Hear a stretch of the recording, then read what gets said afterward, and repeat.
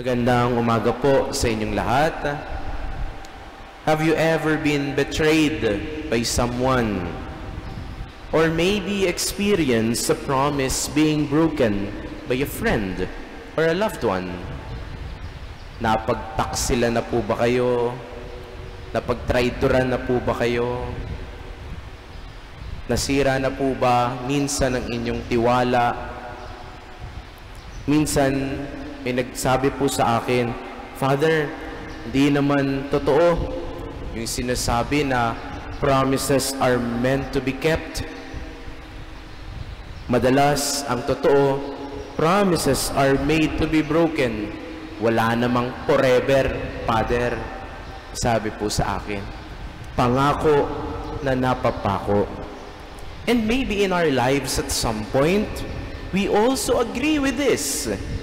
We have also experienced holding on to a promise that wasn't fulfilled by the ones we love or the ones we put our trust in.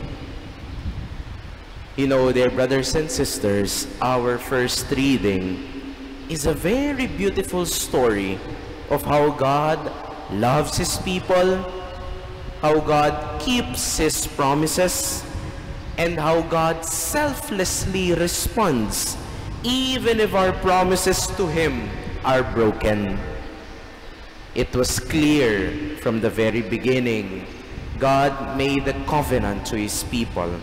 Sabi niya, oh, kayo, you will be my people, ha?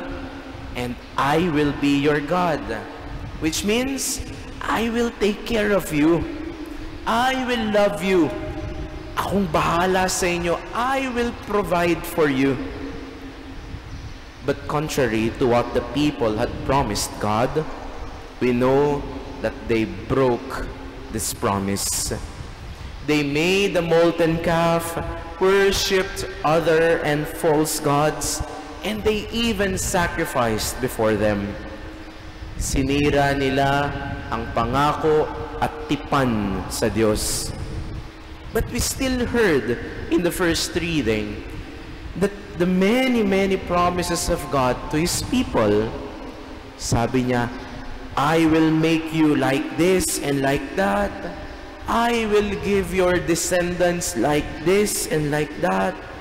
I will deliver you from this and that, and so on and so forth. Sobrang dami pa rin ng favors at promises ng Diyos para sa atin. At grabe po magmahal ang Diyos, hindi po ba? Kahit na paulit-ulit na pagkakasala, kaya niyang patawarin. Kahit na paulit-ulit na matigas ang ating ulo, kaya niyang pagpasensyahan. At kahit na paulit-ulit nating sirain ang kanyang tiwala, nandyan at nandyan pa rin siya, palaging handa na magpatawad, magtiyaga sa atin, palaging matiyagang naghihintay na bumalik tayo.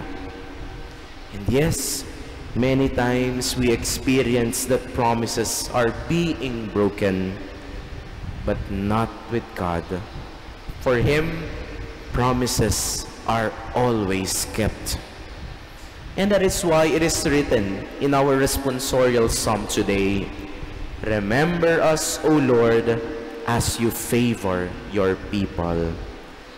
And this is also Jesus' assurance in our gospel today, that He will always remember and keep us in His heart no matter what. Ganyan magmahal ang Diyos. Ganyan mangako ang Diyos. Isang pangako na kailan may hindi napapako. Amen.